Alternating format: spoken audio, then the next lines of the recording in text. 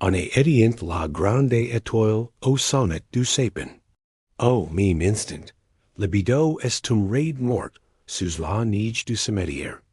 Qui ose tour le gardien des clés la nuit de nul? Avant de commencer, dites-moi dans les commentaires. De quelle ville vous regardez, et qui vous soupçonnez des maintenant? Abonnez-vous, pour ne pas manquer la révélation finale.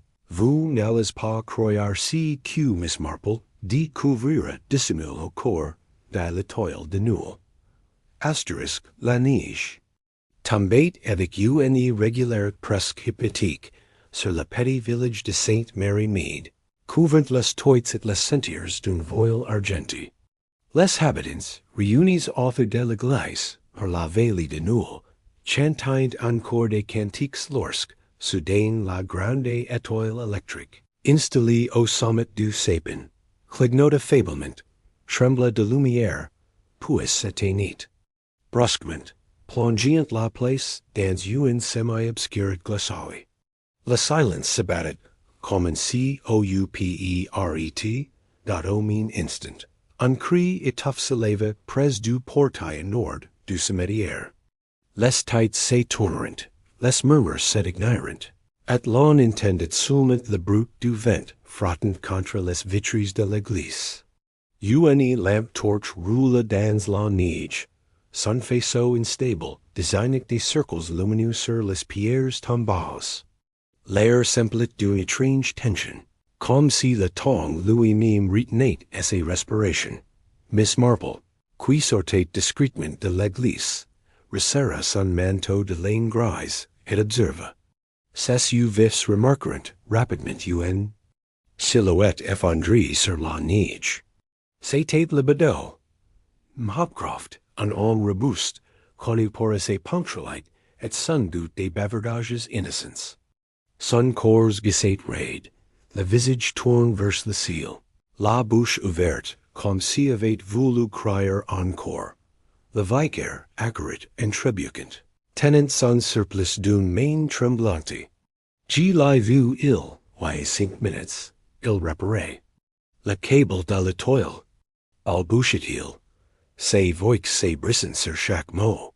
Ses yeux revulsés cherchaient un signe d'explication, mais la seule réponse qu'il trouva fut la blancheur froide du visage de Hopcroft. Marple s'éganouit le calmement, posa deux doigts sur la nuque du bedeau.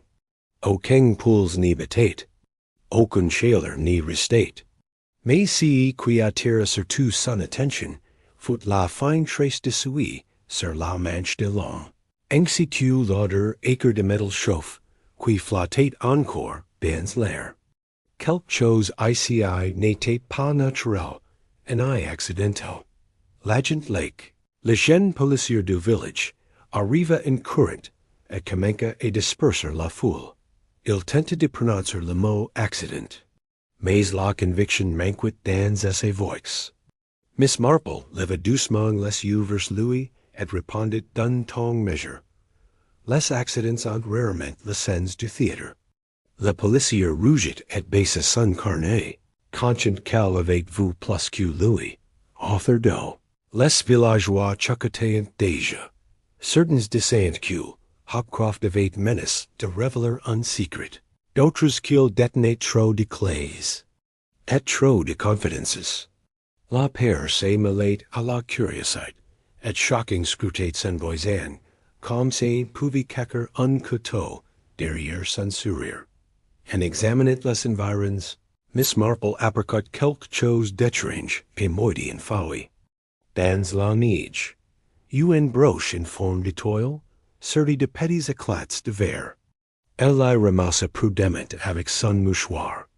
Une des branches de l'étoile était fissurée, comme si elle avait été forcée au haut avec, dissimule quelque chose. Alors que le corps du bedeau était emporté dans la sacristie, la grande étoile électrique, désormais éteinte, dominait le village comme un pile close. Miss Marple, in silence, comprit que ce drame de nul n'y venait que de commencer, et qu'il faudrait de la patience, de l'observation et beaucoup de discrétion pour devoiler la verit cachi derrière cette étoile. Le lendemain matin. Le village se révéla sous un décor fige. Les branches couvertes de givre, semblant des vitraux suspendus, et le silence de la neige rendait chaque pas sonore, comme un coup de tambour. Mais si calme n'était qu'apparence, dans les salons, les boutiques et le bureau de poste, les rumeurs se répandaient plus vite que le froid. Et la poste, Madame Hart, la maîtresse des lieux, commentait déjà avec un plaisir ample de crainte, que certains secrets finissaient toujours par remonter à la surface. Essa voix aiguë percut comme une cloche dans le silence, et tous ceux qui, attendant leur courrier en profitant pour écouter. Les regards se croisaient sous panneau. Shocking semblait presse de designer en COUPABLE au salon de va. Les couleurs résonnaient nerveusement contre les tasses. On parlait de la panne électrique, de la broche retrouvée, du cri entendu dans la nuit. Shocking prétendait savoir quelque chose de précis, mais personne n'osait affirmer, quoi que ce soit avec certitude. Les visages portaient un mêling de peur et d'excitation malsaine, comme si l'on savourait l'idée qu'un mystère flottait sur Sainte Mary Mead. Miss Marple entra discrètement, s'installa près de la fenêtre, et observa. Elle notait la rapidité avec laquelle les langues se déliaient, mais aussi les silences calculs de certains. La veuve Elkins passait devant le salon, tirant une luge vide, l'air presque satisfait malgré le duel collectif. Plus loin, les vicaires parlaient et des membres de la chorale avec une agitation inhabituelle. Papers. L'agent Lake entra et salua maladroitement Miss Marple. Il lui confia, a voix basse que l'on avait découvert dans le registre paroissial, une page manquante. Un getture net, comme si l'on avait voulu effacer volontairement un mariage, un baptême, ou un don. La vieille dame plissa les yeux. Les pages arrachis cachent souvent plus que simple oubli. Dans l'après-midi, Miss Marple rendit visite à Alice Penbury, la jeune institutrice. La demoiselle, les deux taches d'encre, semblait agitée. Elle finit par avoir vu Hopcroft la veille, discuter avec un homme inconnu. Vadu élégamment, portant un attache-case en cuir vert. L'homme, dit-elle, avait le regard fiant, comme si, craignait qu'on laisse dans ses pensées. Cette information éveilla immédiatement l'intérêt de Miss Marple. Un étranger et Sainte Mary Mead se remarque toujours, surtout un étranger, portant un accessoire aussi singulier. Elle remercia Alice, caressa distraitement le chat qui ronronnait sur le bureau, repartit avec un sourire enigmatique, de retour chez elle. Elle posa la broche étoilée sur la table, l'examina de près. Remarqua sous la ficheur une fine poussière scintillante. Si n'était pas un bijou banal, mais un objet trivial, peut-être porteur d'un secret. L'idée que cette broche soit liée à la mort du bedeau lui sembla désormais indéniable. The Sawyer, tandis que le village s'endormait sous la neige, Miss Marple, dans son cottage, réfléchissait en silence. Elle savait que les rumeurs s'arrêtent.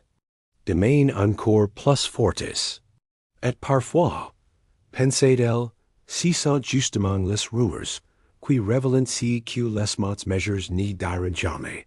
Asterisk. Le feu crépitait doucement dans la cheminée lorsque Miss Marple invita deux de ses voisines, Maid Weatherby, Madame Price Ridley, pour partager quelques biscuits et une tasse d'avende.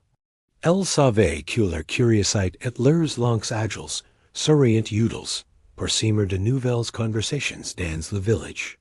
L'art d'observer passe souvent par l'art de coudre qui aimant parler au milieu de la discussion. Elle fit tourner la broche étoilée entre ses doigts. Ses invités, intrigues, la contemplant avec avidite. Tout écu, un petit déclic c'est fit entendre. Un des branches ses ouvrit légèrement, révélant un compartiment minuscule. Miss Marple, avec calme, and sorted un minuscule morceau. De papier roule serré. Elle le déplia près de la lampe, révélant des chiffres et des initiales griffonnées, et la hate, ainsi que mot et demi-efface. Stella. Ces invités, incapables de contenir leur curiosité, lancèrent aussitôt des hypotheses. Un femme, un étoile, un code secret. Miss Marple, silencieuse, rangia le papier et referma la broche d'un geste measure.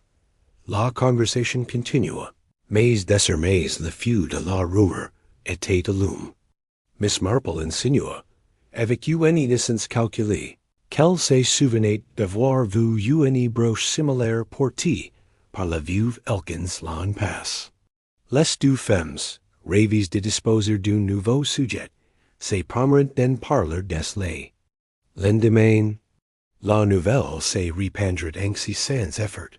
Lorsque ces invités quittèrent le cottage, Miss Marple resta seule avec ses pensées. Elle observa de nouveau le mot Stella, et se demanda si s'agissait d'un prénom ou d'un symbole. L'ambiguïté même du mot ouvrit de multiples pistes, et elle préféra laisser la question flotter pour l'instant au cours. Dans la nuit, alors qu'elle tricotait dans le silence, elle entendit un pas léger crisser sur la neige devant ses fenêtres. Une silhouette hésita un moment, puis recula avant de disparaître. Miss Marple garda les yeux ouverts dans l'obscurité, songeant que la curiosité attire toujours les interests, comme la lumière attire les papillons dans le lendemain matin. Les villages broussaient déjà. Les veuves Elkins, interrogées par plaisirs. Voisins n'aient farouchement avoir jamais passé d'une telle broche. Mais son ton vif et ses nervosités ne firent qu'adoucir les soupçons. Plus elle dementait, plus on la soupçonnait.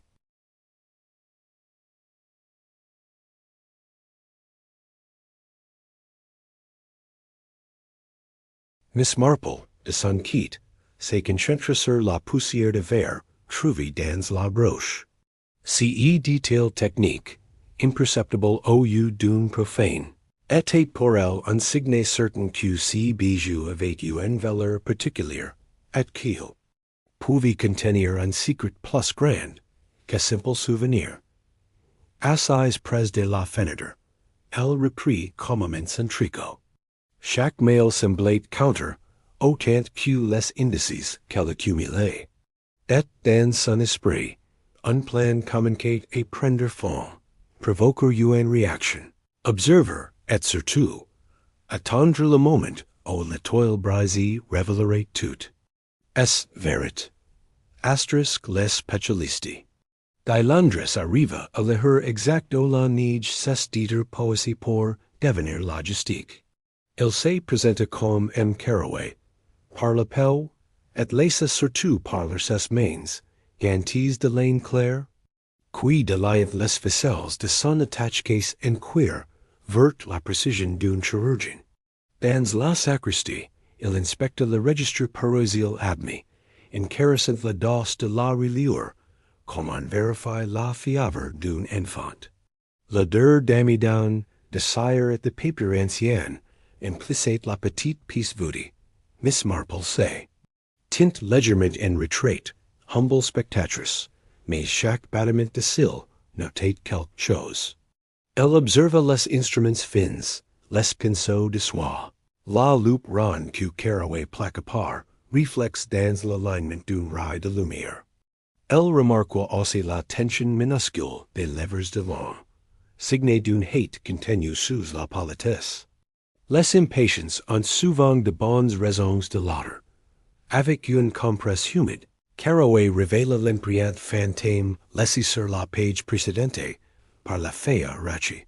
Les fibres, épines gonflées, offrent une écriture.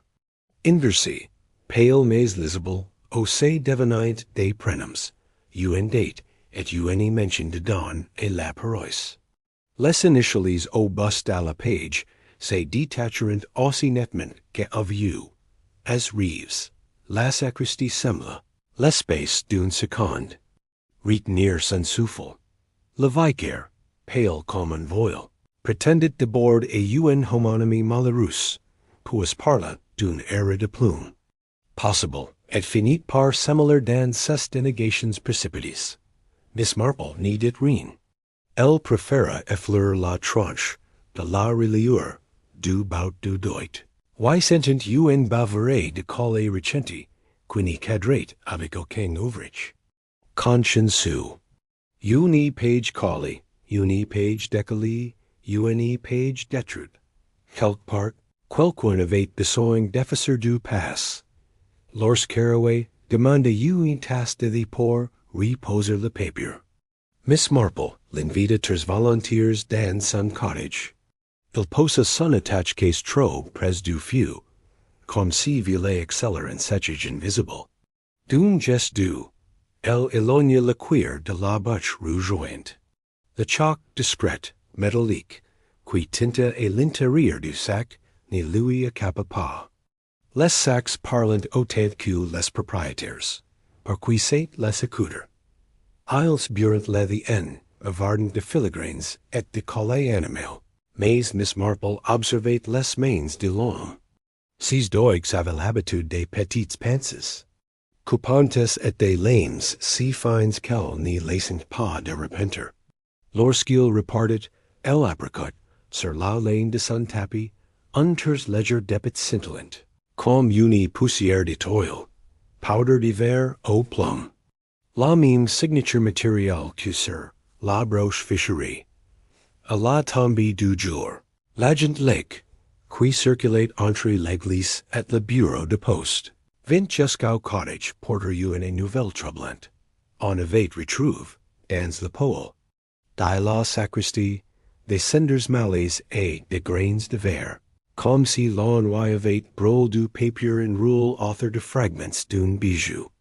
Lake parlait de coincidences. Miss Marple songeait à plaider à une logistique du silence. Roller-ci qui accuse. Cacker-ci qui enrichit.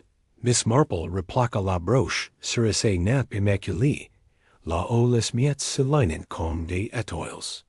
Sur une carte céleste, elle pesa l'objet, sentit sous la fissure une densite, qui n'appartenait pas aux fantaisies de bazar.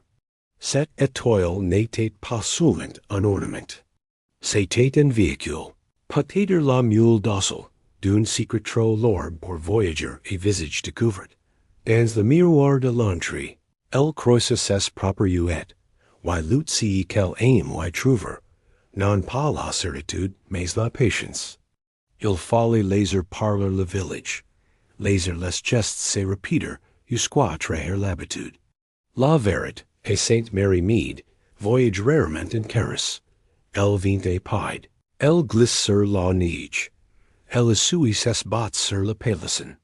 Et, si on la traite bien, elle accepte la vie. Avant de ses couches, elle tira le rideau d'un centimètre de plus que d'ordinaire. Quand la prudence prend la taille d'un centimètre, c'est que visiteur séance. La nuit promet d'être silencieuse. Or les promesses de la nuit sont rarement tenues. Asterisk le lendemain, Miss Marple invita M. Reeves au lager. A partager en des pour une monteur recalcitrant. Il arrive ponctual, mains proper, convulse trop nets, regard qu'il croyait firm. La piece tiède, humate la fleur de diète, la sire de belle. Et les tic-tacs du petit régulateur semblant, counter les mensonges à venir. Elle lui servait un peu trop fort, et des sables un peu trop friables, car la vérité, chez certains s'exprime mieux sous la pression de la tasse, et des miettes. Reeves parle de bord de ressorts, et d'encre suisse puis, sentant que l'air n'y vibrate pas dans le sens de la mécanique, passa à des confidences embarrassées. Il évoqua un prêtre ancien discret, destini essaliger un men peen.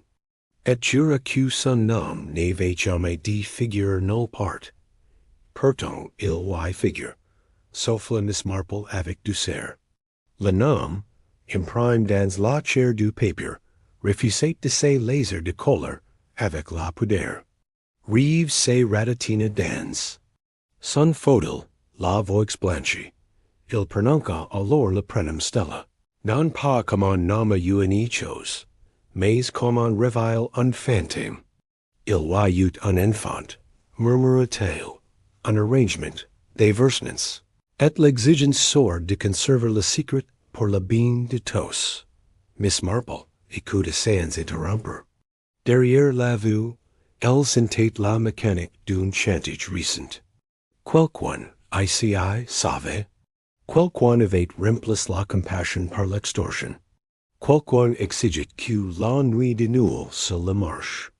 Elle remercia Reeves. Lui proposa encore un sable qu'il n'osa pas prendre. Puis le laissa partir, plus petit qu'il n'était venu. Quand la porte se referma, la pièce retrouva une respiration normale. Miss Marple prit la broche étoilée. Un mouchoir net, et une épingle de Leighton.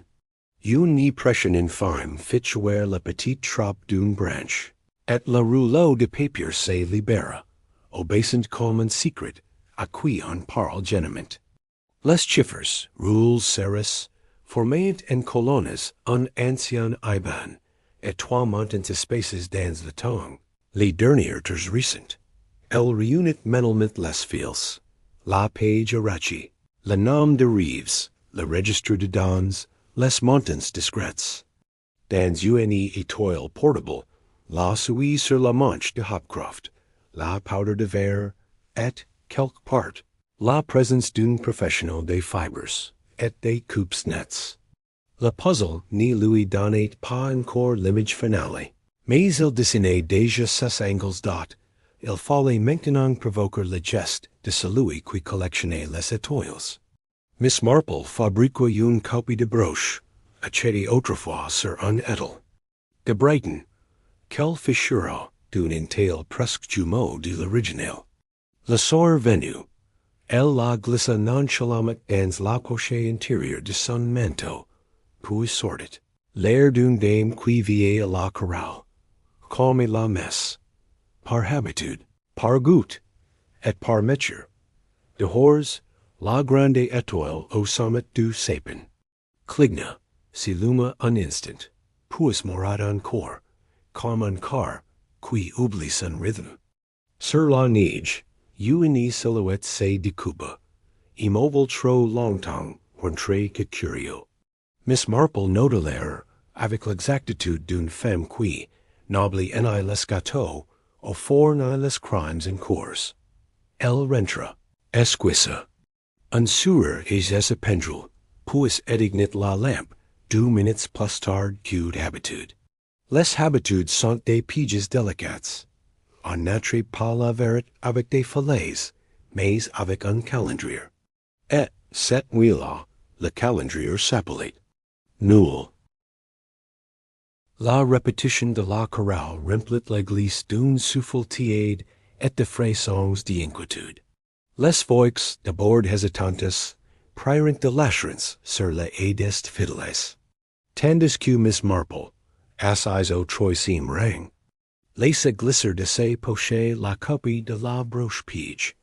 À l'endroit précis où une main impatient n'y résistait pas. Les piges les plus élégantes s'installent toujours à hauteur de tentation. Elle observa sans bouger la veuve Elkins, qui tout soda et contretemps.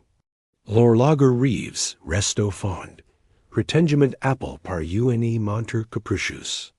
Et un Caraway, le restaurateur, qui tournait author d'outre avec l'air absorbé de qui n'y regarde jamais personne en face.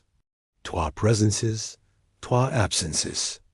Et l'instant voulu, 3 ombres sur la partition. Et la fin du motet. Miss Marple s'éleva pour féliciter l'alto le plus hésitant. 2 minutes avaient suffi. La broche avait disparu de la dalle où elle avait laissé scintillar. Elle échangia un regard avec l'agent lake, post près du porche, puis s'attarda et parla de biscuits et de dentelles, comme s'il est. Sous l'urgence du monde, était la cuisson juste d'une sable, dans la rue latérale. L'agent lake intercepta M. Caraway avec la délicatesse d'un homme qui n'aime pas les scandales. La recherche fut brève. La broche se cachait dans la poche du manteau et dans la caisse on entendit de nouveau le tintement sec d'une pince pupante. Caraway leva les mains bien hautes, plus surprise qu'indigne, comme si on lui avait demandé de payer un ticket de vestiaire déjà réglé. Il protesta d'abord pour la forme, puis s'effondra dans une sincérité qu'il croyait prudente. Il dit qu'il n'était pas sur notre structure, mais mandate par une compagnie d'assurances pour pister une série de petits vols de bijoux, liturgiques, des pieces authentiques remplacées par des copies, expédiées par cases, pour restauration, et revendues ensuite à Londres. Le toil de Sainte Mary Mead, affirmait-il, entrait dans las acute, R.I.E. Miss Marple, l'acuta en penchant la tête. L'air de remercier le ciel d'avoir envoyé un témoin qui parle. Vous poursuivez des toils, monsieur, mais toutes ni brillantes. Pas pour vous, dit-elle en redressant un gant. Elle fit remarquer que la poussière de verre retrouvée dans la sacristie et dans son salon l'ait de trop près la broche. La take case et les mains de ceux qui ont l'habitude des fibres et des fils. Caraway, vex d'être price et son propre jet, jura qu'il n'avait two personne et qu'il suivait seulement une piste. Miss Marple le croit sur ce point. Précis, l'homme avait la conscience d'un comfortable, pas la main d'un retraire par goût. Mais un comfortable peut couvrir un voleur, et un voleur peut presser la main, qui bascule par mégarde un homme sur une marche verglacée. Avant de quitter l'église, Miss Marple marqua jusqu'à la porte nord et posa ses mains sur la loquet. Quelque chose, imperceptible à la vue, retenait l'ensemble, comme si la porte se refermait de l'intérieur.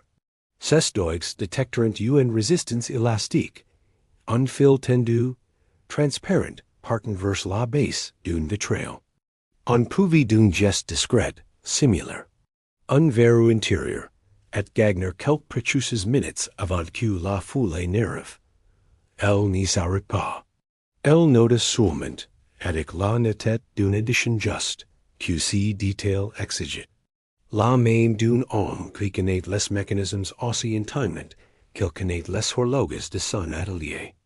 Et si soir-là, les horloges de Sainte Mary Mead bataillent au rythme d'un secret qui, bintit, n'aurait plus besoin de chanter pour être entendu. Asterisk au matin, la sacristie sentait le papier froid et le charbon humide. L'agent lake posa sur la table de bois, une enveloppe de cuir, contenant quelques fragments de feuilles noircies. Ces lambeaux sauves du pôle révélaient encore des mots trembles. Si tu parles et nul. L'argent, la page. Chaque morceau, fragile comme une aile d'insecte, parlait plus qu'à vue entire. Miss Marple se pencha, ses lunettes frêlant presque les cendres, et observa la calligraphie interrompue. Elle nota que la lettre avait été écrite rapidement, comme si la main craignait d'être surprise. La signature réduite et un simple espenche lui rappela la graphie d'un vile habitant. Son esprit, pressé comme une horloge, fit aussitôt le rapprochement avec l'horloge Reeves. Le vicaire, invité observer, affirma un peu trop vite qu'il avait déjà vu un tel S. Il ajouta que Reeves utilisait autrefois une plume inclinée avant d'aller remplacer par un stylo moderne. Ce détail, sans innocent horloger, n'y fit que renforcer la suspicion de Miss Marple. Les gens qui prodigent trop vite, révélant souvent si qu'il violent quelqu'un. Dans la boutique de la veuve elegance, Miss Marple remarque une vitrine. Décorée de petites étoiles en verre, presque identiques à la broche qu'elle possédait. L'étiquette annonçait firmement, souvenir de l'ancienne décoration de l'église. La veuve vendait donc des copies de ces qui ressemblaient à un bijou ancien, ouvrant la possibilité d'un échange délibéré. Miss Marple en acheta un, choisissant celle dont la ficheur imitate le miecel de la broche véritable. Le sourire de la veuve était plus crispé qu'huilant, et son regard évitait l'objet au moment de l'emballer. Ses mains, trop précises de se débarrasser d'un symbole, très hissant une mémoire lourde, avant de quitter la boutique, Miss Marple demanda d'un ton innocent si elle avait connu une cliente prénommée Stella. Le nom, prononcé doucement, fit vaciller le masque de la veuve. Sa voix changea de couleur. Un n'oublie pas si prénomme-là. Puis elle ferma la porte avec hate, comme on enferme une verite dans un tiroir dot de retour au cottage. Miss Marple étudia les cendres recueillis. Les mots évoquent nul et l'argent, correspondant trop bien au aveu de Reeves. Pourtant, elle savait que l'horloger n'avait pas l'âme d'un meurtrier volontaire. Il pouvait avoir sido un chantage, mais non avoir orchestré un homicide froidement calculé. Elle plaquait et quête la broche ficherie et la copie neuve, comparant leurs poids. L'une semblait plus lourde, comme si elle contenait autre chose que du verre ordinaire. Ces stoics exercices confirmèrent son intuition. La véritable étoile servait à dissimuler, et non à décorer dot. La nuit venue, Miss Marple contempla longuement la lueur mourante de son feu de cheminée. Elle savait que si Mystère n'y reposait, pas sur un seul coupable, mais sur une chaîne d'armes liées par la paire et l'argent. Et dans cette chaîne, chaque melon communiquait à ses reveleurs. Un fragment brûle à la fosse. Le lendemain, Miss Marple retourna examiner la porte nord de l'église. Les Parisiens affirmaient qu'elle était verrouillée lorsque le corps du bedeau avait été découvert. Pourtant, cette porte n'y possédait aucun loquet intérieur. Elle n'était censée se fermer que de l'extérieur. Si paradoxe intriguait. L'elle dame plus que tout. And palpait the bois, elle sentait un fil invisible, presque transparent, tendu du loquet jusqu'à la base du vitrail. Un geste discret suffisait à tirer ce fil et donner l'illusion d'une fermeture intérieure. C'était un stratagème élégant, digne de l'esprit méticuleux d'un artisan habitué aux mécanismes. Elle convia Reeves au prétexte d'un montre en panne. Dans le vestibule, d'un mouvement calculé, elle tira le fil. La porte résista, comme si elle avait été verrouillée de l'intérieur. Reeves blâmait, cessut cherchant un refuge impossible. Miss Marple, sans hauserla. Ton demanda, qui est installé si dispositif? L'horloger baissa la tête, et sa voix se brisa. Il avoua avoir sido un chantage. Hopcroft savait trop de choses, notamment à propos de Stella, et de l'enfant qu'on avait jadis caché. Reeves avait versé de l'argent, encore et encore, jusqu'à ce que d'autres mains reprenaient le fil du chantage. Selon lui, quelqu'un avait exigé une ultime transaction pour nous. Hopcroft meniquait de tout reveler si l'argent n'y circulait plus.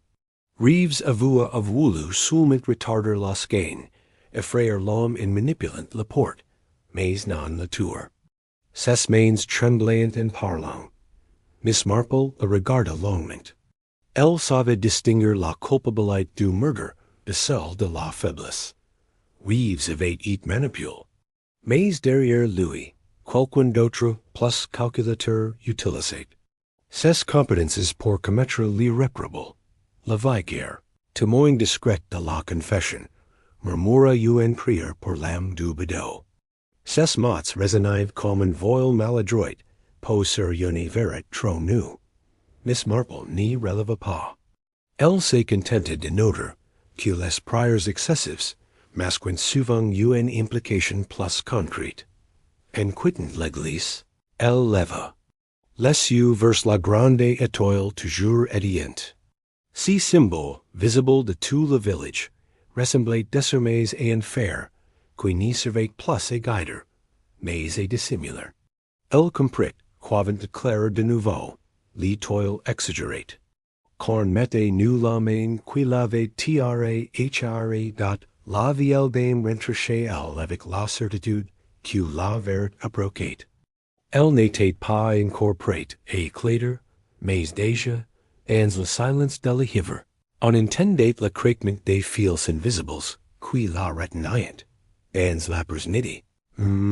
Caraway revint au village, non plus un restaurateur humble mais un représentant déclaré d'une compagnie d'assurances londonienne. Son accent s'était raffermi, son allure paraissait plus assurée, comme s'est libéré enfin d'un réel trop étroit. Il expliqua qu'il suivait depuis des mois une pièce de bijoux religieux subtiles estat. Il présenta à Miss Marple et à l'agent Lake un dossier contenant des photos de pièces anciennes, toutes remplacées par des copies de verre au plomb. La similitude avec la broche ficherie était frappante. Les voleurs glissaient les copies dans des caisses de décoration paroissiale, puis récupéraient les originaux pour les revendre discrètement à Londres. Dans l'église, la répétition de la chorale reprenait. Et l'on aurait dit que chaque note résonnait comme une excuse préparée. Les voix s'élevaient, mais Miss Marple n'y se concentrait pas sur la musique. Elle écoutait les silences. Entre les phrases, les hésitations trop marquises, les regards qui se croisaient avec nervosité. Elle savait que la vérité se cache rarement dans si qu'on chante, mais souvent dans si qu'on tête dot. Elle demanda à l'agent Lake de notre soigneusement au shocking prétendait se trouver au moment exact de la peine de la toile. Les réponses tomberont comme des feuilles mortes, trop semblables, trop répétées, trop rapides. Certains réciteront leurs positions, comme une lequin prise parcours, si qui, pour elle, valait presque un aveu dot la jeune institutrice Alice tremblait. Chaque fois qu'elle ouvrit la bouche, son visage rougissait, ses mains serraient son carnet, et l'on devinait qu'elle portait un poids plus grand que son gige. Finalement, sous l'insistance douce de Miss Marple, elle avoua avoir menti pour prodiguer quelqu'un. Elle déclara qu'elle avait vu le vicaire quitter discrètement la répétition, pretendant vérifier le chauffage. Le silence qui suivit son aveu passa sur toute l'église.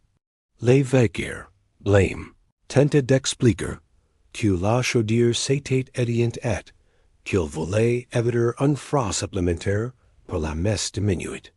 Mais son excuse sonnait comme une couverture fragile. Miss Marple demanda qu'on inspecte le pôle personnel du vicaire. À première vue, il n'y contenait que des cendres ordinaires. Pourtant, en soulevant la grille, elle trouva un petit éclat brillant, un fragment de verre au plomb, identique à celui découvert dans la broche ficherie. Ce détail transforma aussitôt la prière en suspicion. Le vicaire, accablé, leva les mains et déclara qu'il n'avait tout personne. Il expliqua qu'on lui avait confié un paquet mystérieux, et qu'il avait accepté de le garder par naïveté ou par peur. Il croyait simplement prodiguer à ses paroisses. Mais plus il parlait, plus ses justifications ressemblaient à des ombres projetées sur un mur, flous et fragiles. Miss Marple observa calmement. Elle n'y croyait pas le vicaire meurtrier, mais elle voyait dans son silence une complicite passive. So qui firment les you, divinent toujours les allies des coupables. Elle décide de ni pas l'accuser, mais de retenir que la piste du paquet et du fragment de verre, menait et quoiqu'un des letters. P.T.R. E. Dap la chorale reprise un chant. Cette fois avec une ferveur maladroite, comme si les notes pouvaient lever les soupçons. Miss Marple, assise, écoutait distraitement. Pour elle, chaque mensonge chant était un jalon supplémentaire. Les mensonges, pensait-elle, finissent toujours par chanter faux. Quand elle quitta l'église, la neige recommandait et tombe, étouffant les sons. Mais dans son esprit, la musique des mensonges continuait et résonnait, et elle savait qu'elle devait la transformer en vérité. Asterisk le matin suivant, la marche de Sainte Mary Mead s'animait malgré le froid. Les étals proposant des pommes fraîches, des noix et quelques os. Mais si n'était pas les produits qui attirent l'attention, c'étaient les conversations. Chaque vendeur, chaque client semblait posséder un fragment de vérité, souvent déformé par le besoin de paraître bien informé. Miss Marple se rendit chez la veuve Elkins, décidée à confronter directement les rumeurs. Elle posa sur lit. Comptoir deux broches étoiles, l'une échétait la veille, l'autre tevait près du corps du bedeau. La comparison était implacable. La veuve les regarda longuement avant de voir que l'une appartenait autrefois à une femme. Nommé Stella dot le nom tomba dans la pièce comme un coup de tonnerre. Stella n'était pas seulement un mot sur un papier roule, mais un aider de chair et dios qui avait autrefois vécu ici. La veuve expliqua qu'elle était venue brièvement au village, accompagnée d'un enfant, dont le père n'avait jamais été déclaré. Beaucoup avaient oublié cette histoire, mais pas elle. Elle avouait également avoir servi d'intermédiaire. Discrète, elle avait accepté de vendre ou de changer certaines broches au nom de Stella, croyant ainsi l'aider et garder son secret.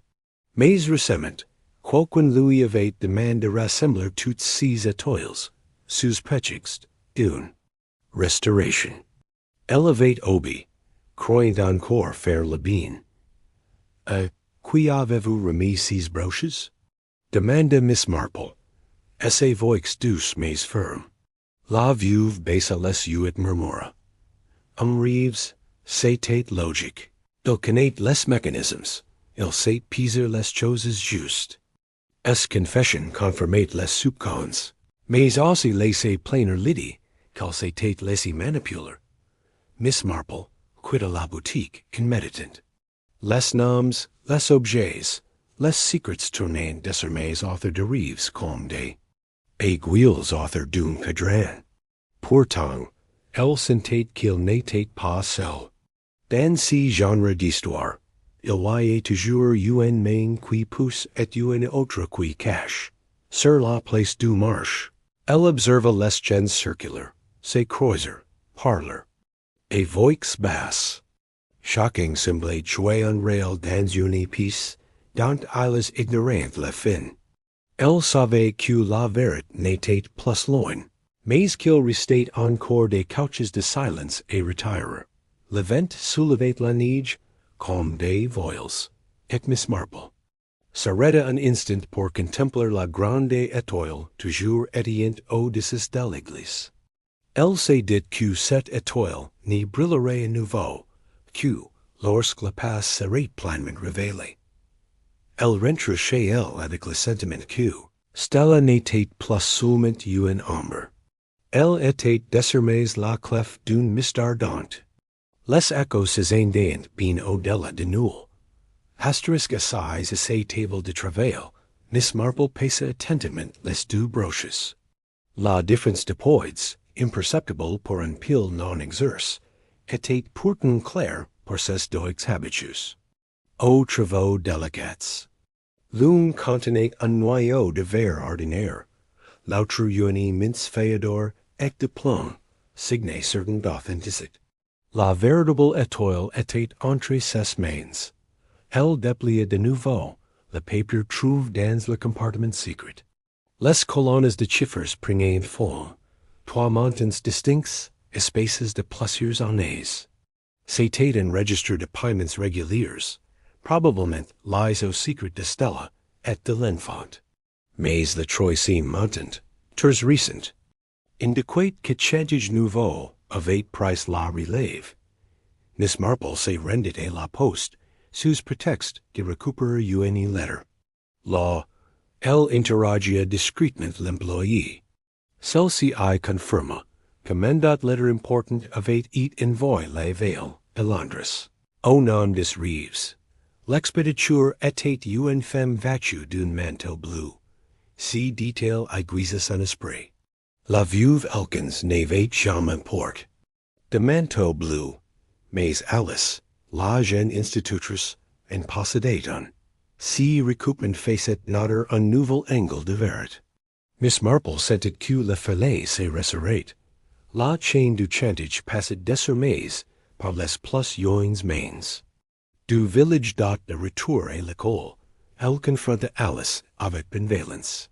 La jeune femme avoua avoir envoyé l'argent, persuadée qu'Quincy tout s'arrêterait. Elle voulait prodiguer el nur du village et celui de Stella, dont elle connaissait l'histoire, par des confidences anciennes. Elle croyait à chutter le silence, non provoquer un murder.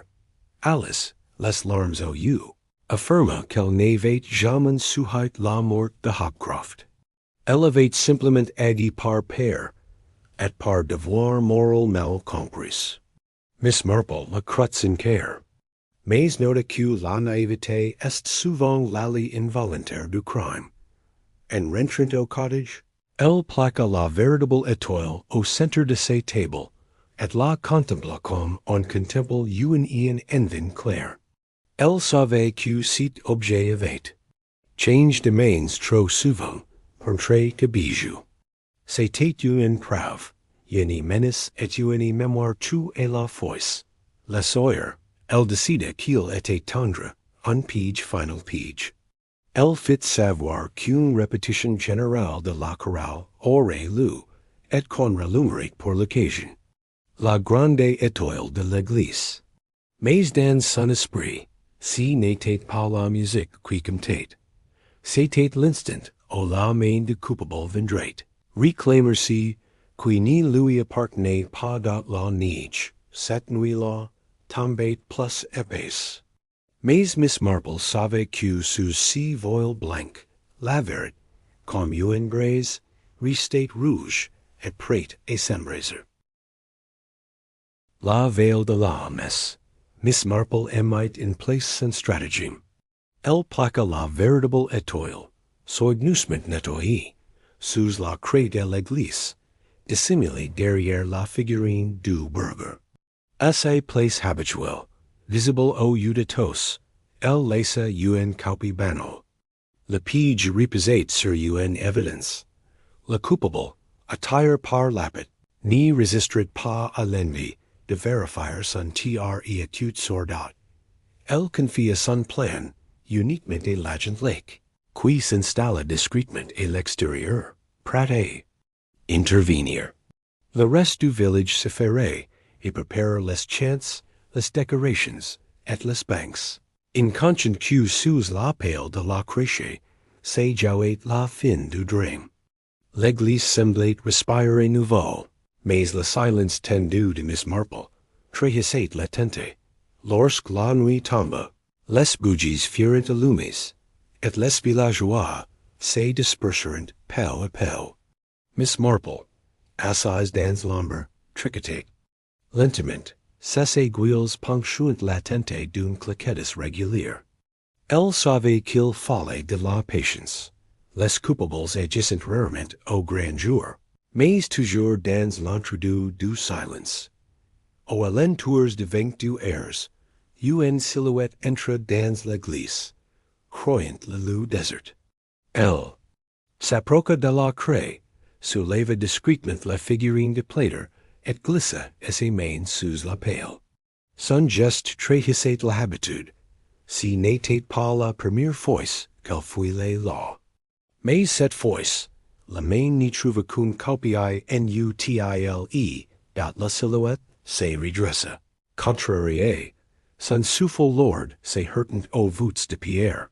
C'est alors que Miss Marple alluma sa petite lampe, et que l'agent lake sortit de l'ombre. Bloquant la sortie. Price in flagrant délit, l'homme baissa ses capuches. C'était l'erlager Reeves dot, il tenait encore la broche entre ses doigts. Ses yeux brillants d'une meling de père et de colère. Miss Marple parla la première. Les mécanismes révélant toujours la main de celui qui les régale. Vous avez rempli les étoiles, Monsieur Reeves, pour en terre profit. Son ton était calme, mais tranchant comme une lame. Reeves brise, confessa et demi-mot. Il expliqua avoir sido au chantage, puis avoir pense qui manipulant la porte, et en effrayant Hopcroft, il gagnerait du temps. Mais l'on avait. Chute sur la marche gelée, et la mort avait frappé plus fort qu'il n'y l'avait voulu. Reeves avoua avoir maquillé la skein, coupe le câble et replace la broche pour détruire la tension. Miss Marple écouta en silence, hoquant la tête doucement. Elle savait que le crime le plus tragique n'était pas toujours ni de la haine, mais souvent de la peur et de la faiblesse. Reeves n'était pas un meurtrier de sang-froid, mais un homme qui avait cru pouvoir régler le destin comme une horloge. Puis avait fonction. Et désormais, la vérité n'appartenait plus à Reeves seul, mais au village tout entier. Asterisk au commissariat, Reeves racontait toute l'histoire dans le moindre détail. Il parlait comme un homme qui, une fois la vérité. Libérer, ni church plus et sauver sa réputation, mais seulement et alléger son nom. Il répétait qu'il n'avait jamais voulu tuer Hopcroft, seulement le frère. La chute fatale avait été l'accident imprévu d'une stratagème trop fragile. Miss Marple, présente, confirma ses soupçons. Elle souligna que la coupe nette du câble, la manipulation du loquet, et la change des étoiles, n'y pouvait être livrée que d'un artisan médical, habitué aux mécanismes de précision. Tous les indices convergent vers Reeves.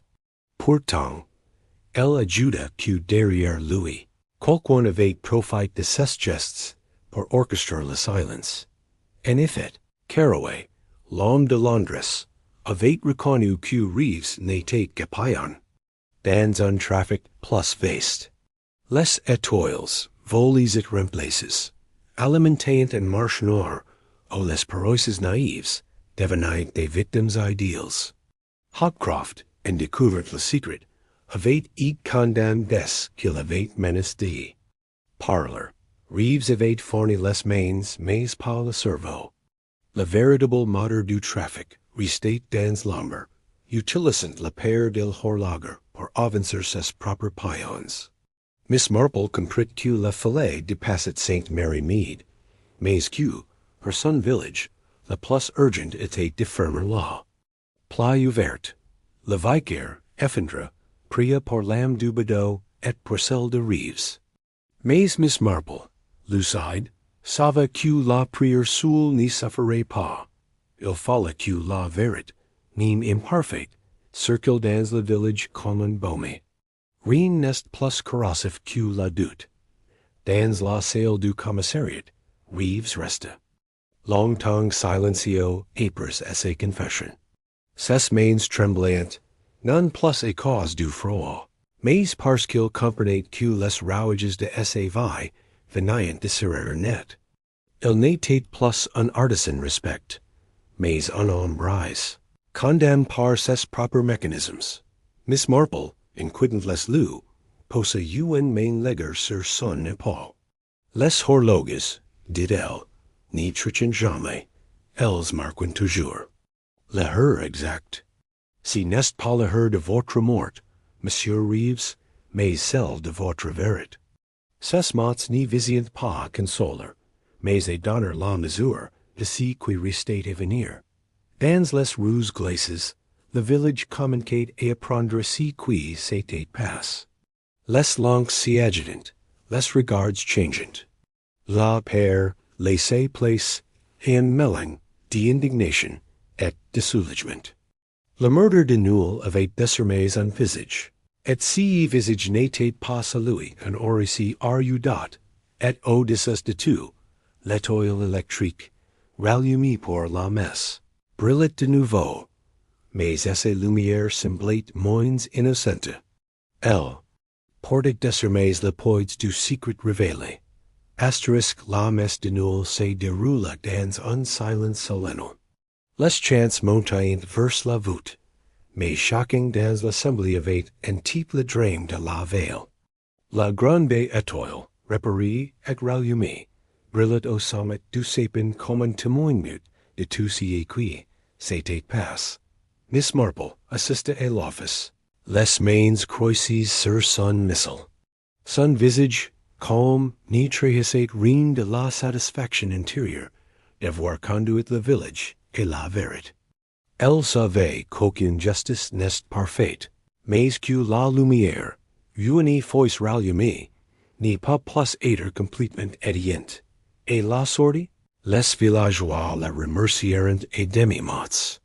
Certains chacotèrent encore des rumeurs, d'autres se contentèrent de hoquer la tête. Mais tous savaient qu'elle avait vu si que personne ne sait voir. Essa patience et son regard avaient percé les ténèbres que la père entretenait. Alice, l'institutrice, vint timidement la remercier. Ses yeux humides reflétaient la reconnaissance, et la honte d'avoir contribué malgré elle pour lower le chantage. Miss Marple lui répondit doucement, La jeunesse se trompe souvent, mais elle apprend. C'est ainsi qu'on grandit. La veuve Elkins, de son quitte, resta plus distante. Elle savait que son réel d'intermédiaire ne serait jamais complètement oublié. Mais Miss Marple, charitable, ne la dénonça pas. Elle préféra que la rumeur s'y occupe de juger à sa place. Les rumeurs, parfois, font un meilleur châtiment que les tribunaux. Le vicaire, ému, proclama que le village devait désormais tourner la page et retrouver la paix. Mais Miss Marple, intérieurement, savait qu'aucun village n'oublie vraiment. Les souvenirs se déposent comme la neige. Elle est recouvrante, mais n'y disparaissent pas. En rentrant chez elle retira son manteau et posa la broche véritable. Dans une petite botte, qu'elle rangia dans son secrétaire. Elle songia qu'un jour, Peter, si bijoux referaient surface. Mais pour l'instant, elle devait dormir. Comme un secret soul. Assise près du feu, elle reprit son tricot. Les aiguilles cliquetaient doucement, comme le battement d'une montre réparée. Dehors, l'étoile de l'église brillait dans la nuit froide, mais chez Miss Marple, la seule étoile qui comptait était celle du devoir, accompli et dans le silence du cottage. Elle murmura pour elle seule. Nul est toujours l'heure des révélations. Cette fois encore, l'étoile a montré la vérité.